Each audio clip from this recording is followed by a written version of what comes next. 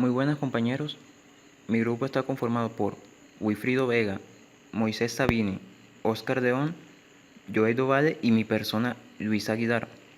El tema que nuestro grupo va a exponer son los diagramas de clases.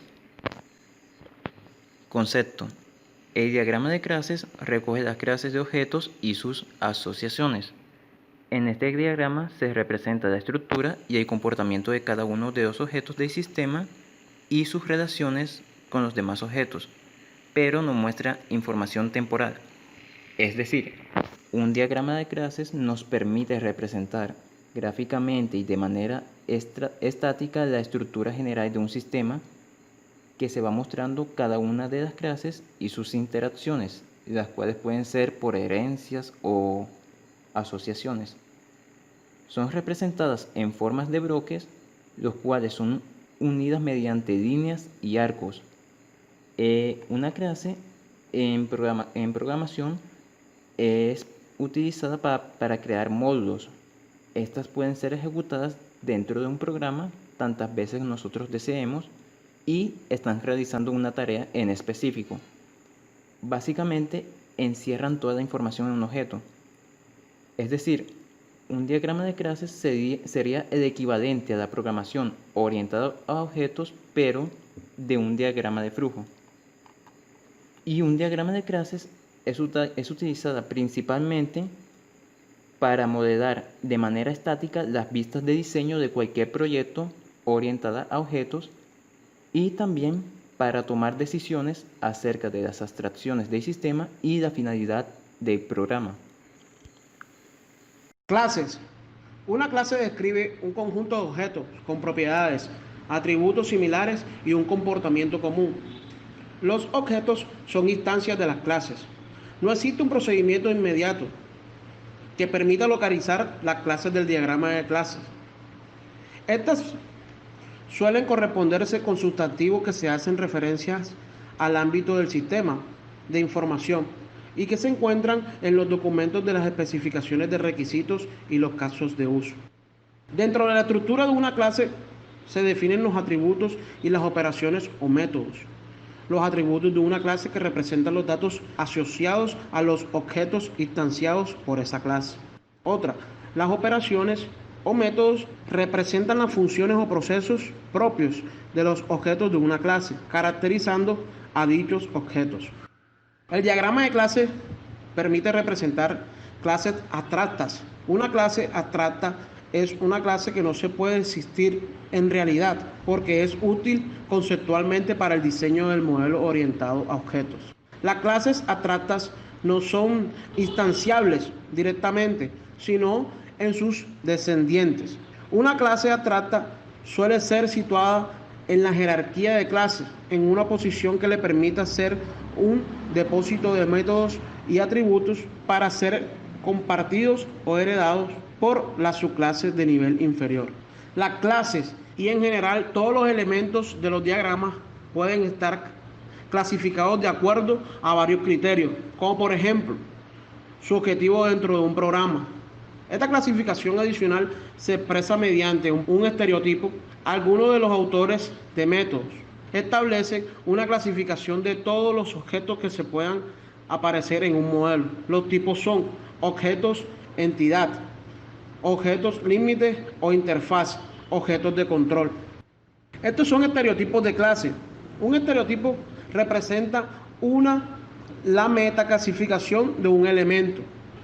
Dependiendo de la herramienta utilizada, también se puede añadir información adicional a las clases para mostrar otras propiedades de las mismas, como son las reglas de negocio, responsabilidades, manejo de eventos, excepciones, etc. Buenas, mi nombre es Moisés Sabini Vázquez. Voy a hablar sobre las relaciones en los diagramas de clase. Para saber esto necesitamos conocer el significado de la palabra relación en la ingeniería del software. Relación básicamente es un término que abarca los tipos específicos de conexiones lógicas que se pueden encontrar en los diagramas de clases y objetos.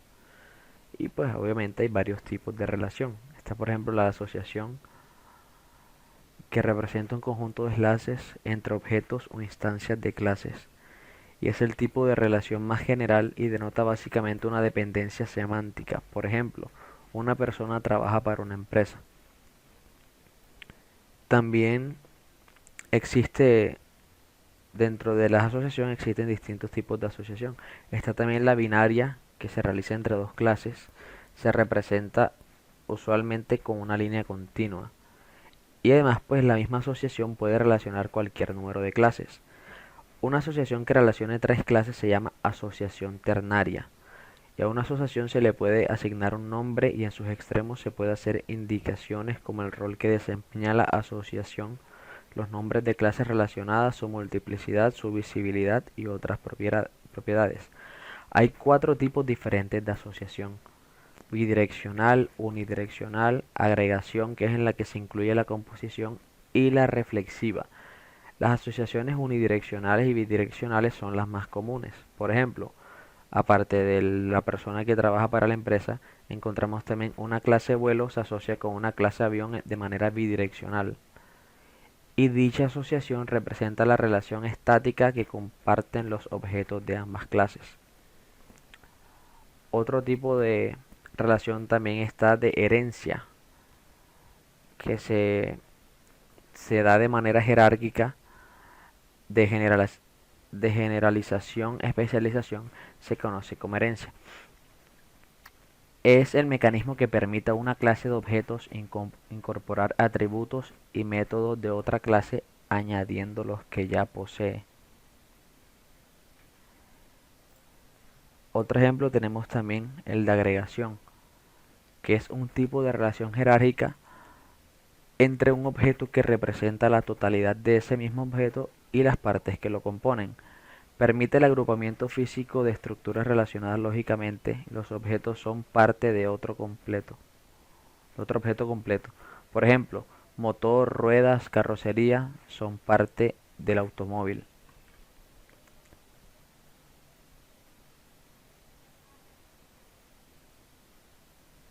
Tenemos también el otro tipo, que es el de composición, que es una forma de agregación donde la relación de propiedad es más fuerte e incluso coinciden los tiempos de vida del objeto completo y las partes que lo componen. Por ejemplo, en un sistema de máquina de café, las relaciones entre la clase máquina y producto o entre máquina y depósito de monedas son de composición.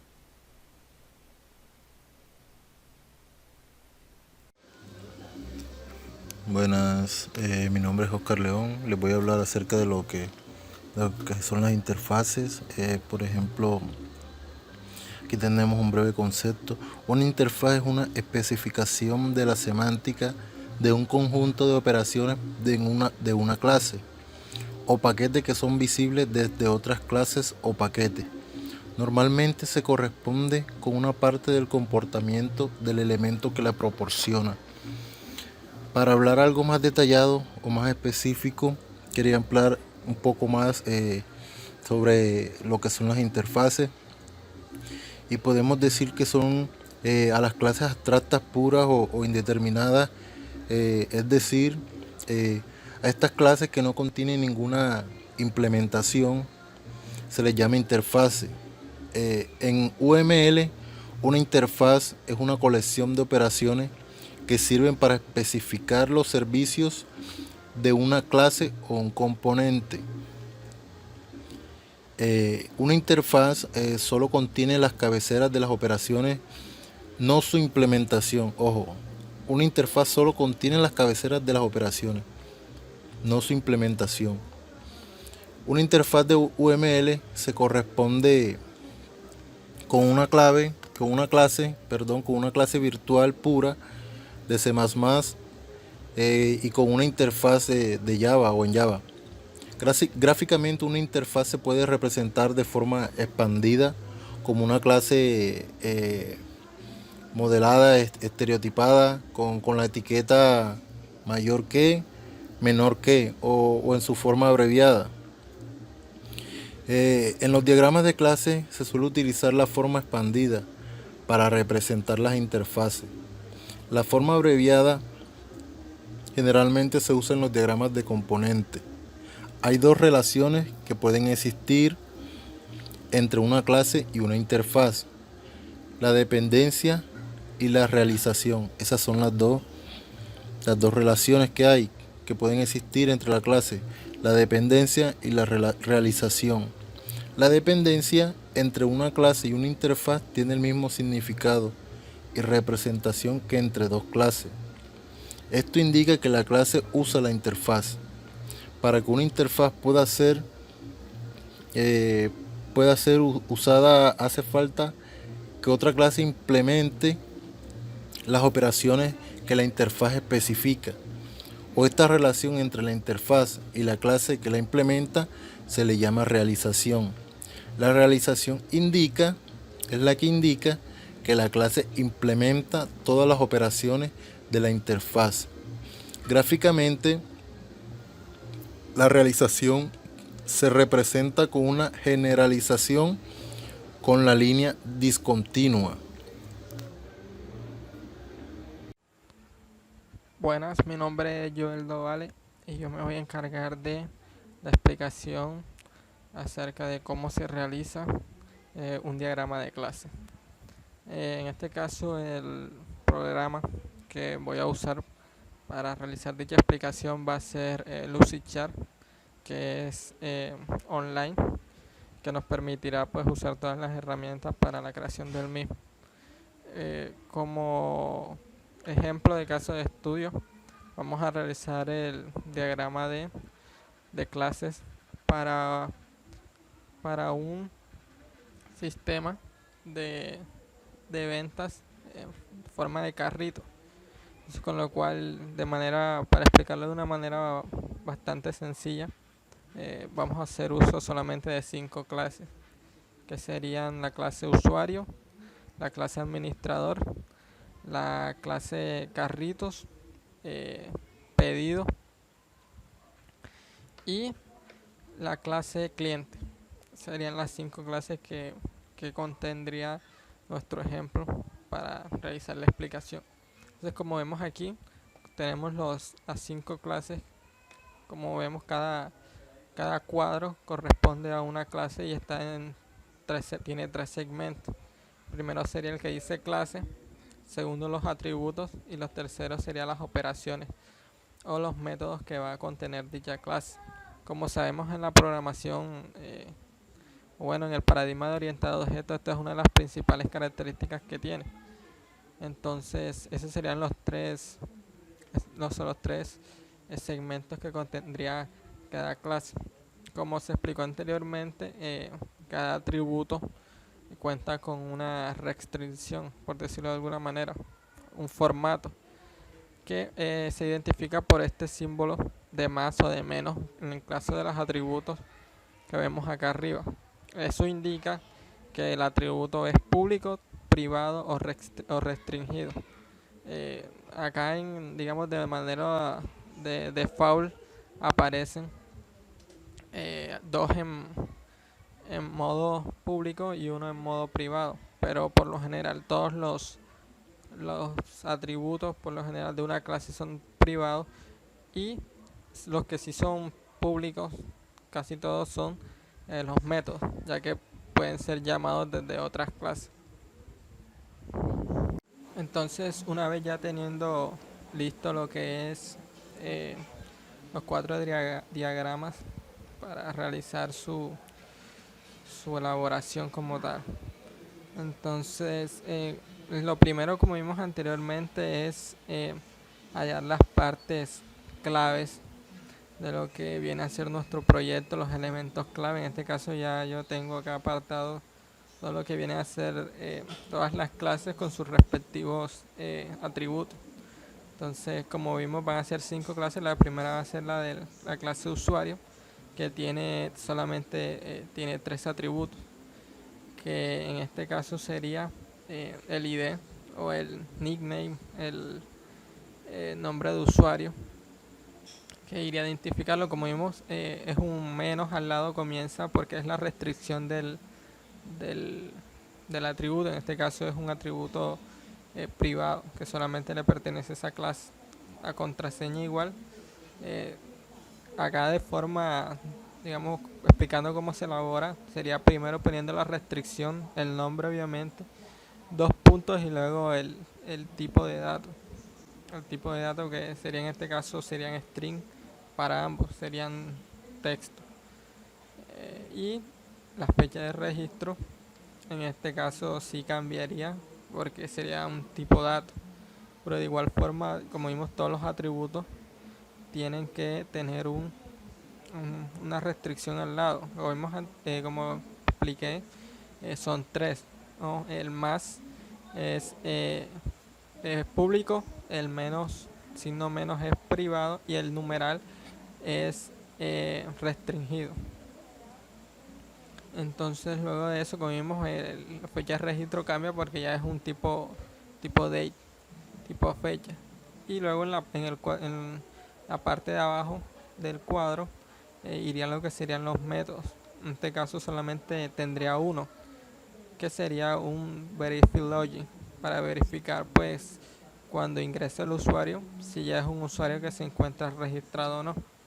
Y al igual que antes, dos puntos van a ser dos puntos al lado y en este caso vamos a colocar qué tipo de dato va a traer. En este caso solamente va a ser acá va a ser un tipo booleano, un sí o no, si ya está registrado o no.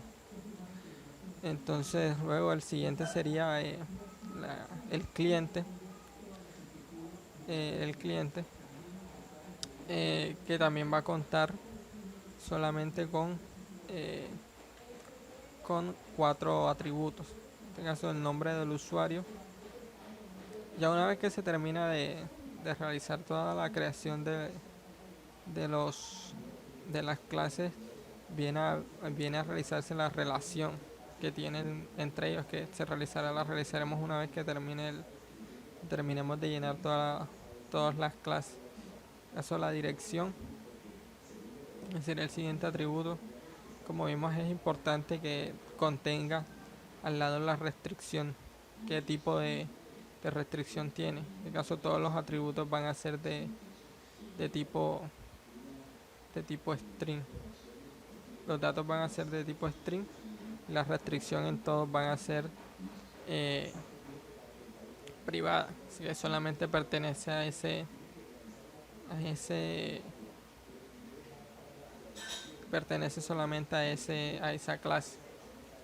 Entonces ya vamos llenando todos los datos que pertenecen. Entonces, siguiendo la base, como dije, en la parte de arriba iría todo lo que serían los atributos de la clase, y en la parte de abajo iría lo que serían las clases. Y ya una vez que se termina, se realizaría eh, la relación que existe entre ellos. Entonces hago un corte y ya muestro las cuatro clases completas para continuar con la relación entre los datos. Listo. Entonces, como vemos, ya hemos terminado con la creación de las 5 clases que se nos han pedido. Entonces, como vemos, la reorganicé de esta forma para explicar una de las relaciones que está dentro del diagrama de clases, que en este caso es la herencia. Como vemos acá arriba, hay una clase que es cliente, un usuario y un administrador. En este caso, el cliente contiene pues la información general: nombre de usuario, la dirección, el email y los datos de crédito. Por parte del usuario, un nickname, un nombre de usuario, una contraseña y una fecha de registro. Y por parte del administrador, un nombre de administrador y un email. Nos podemos dar cuenta de que ambos comparten información similar. Entonces esa es una de las bases de la programación pues, orientada a objetos, ¿no? Que es precisamente que si tienes dos clases que contienen atributos parecidos, todos estos atributos pueden mandarse a una clase padre, que en este caso es cliente. Entonces el cliente es padre, por decirlo de alguna forma. Esto, tanto usuario y administrador, heredan de la clase cliente tanto los atributos como los métodos. Entonces, ¿cómo se representa esto dentro de un diagrama de clases? Pues se representa a través de una flecha que apunte directamente aquí. Tiene que ser una flecha de esta forma que representa una herencia, porque puede una simple línea representa una relación simplemente. En este caso nosotros queremos representar una herencia. Entonces, tanto para la clase usuario como para la clase administrador, ambas van a mandarse una flecha para la clase cliente. Tiene que ser desde la clase, por decir la hija, de la clase padre, que es desde donde se hereda. Este está heredando de la clase cliente tanto los atributos como los métodos que este posee.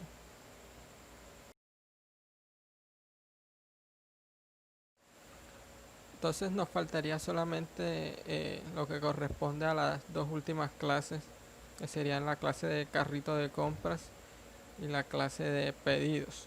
Como vemos aquí en los atributos, contiene un ID del carrito, un string, la cantidad en este caso de productos que se llevan en ese carro y la fecha de registro, o sea, en qué fecha se creó ese carro.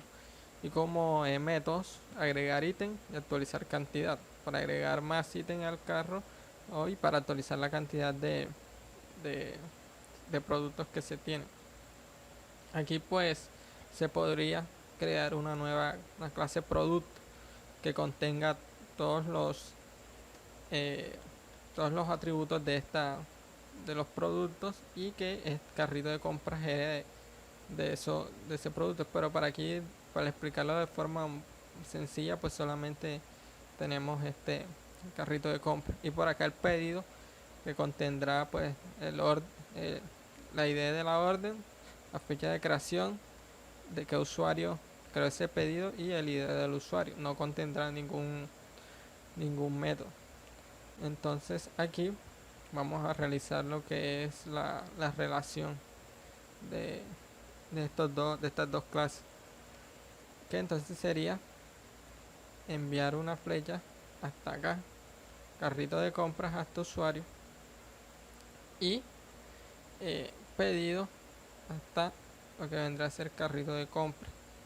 Pero no es una flecha tal cual, porque como dije anteriormente, esta flecha representa una relación de herencia. Carrito de compras no hereda de usuario y pedido no hereda de carrito de compras. No tal cual. Lo que queremos representar es una relación de composición. ¿Qué quiere decir esto? Pues que todos estas clases se componen, digamos así, lo que viene a ser las compras del usuario, componen un todo. Entonces, esto es lo que queremos representar. Se representa una relación de composición, se representa a través de, en este caso, podemos cambiar aquí, a través de este rombo. Y acá también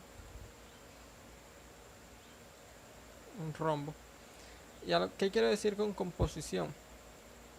Pues que básicamente, si no existe esta clase que está aquí, esta clase usuario, no puede existir ni la clase carrito de compras ni la clase pedido.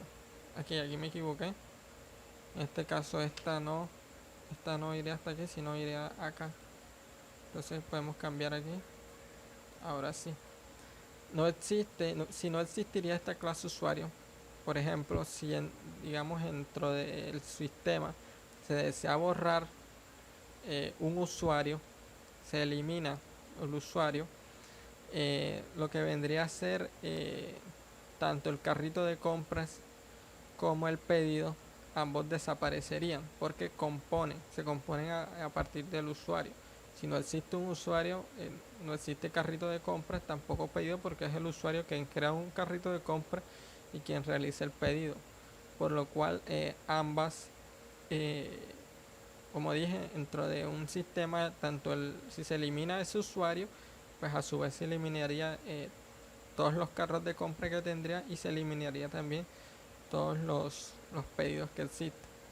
Lo mismo en este caso, solamente abarqué dos tipos de relación: la relación de herencia y la relación de composición, para hacerlo un poco más fácil. Pero pues existen varios y dependiendo del proyecto, el ejercicio que se quiera realizar, pues habrá que usar más o menos.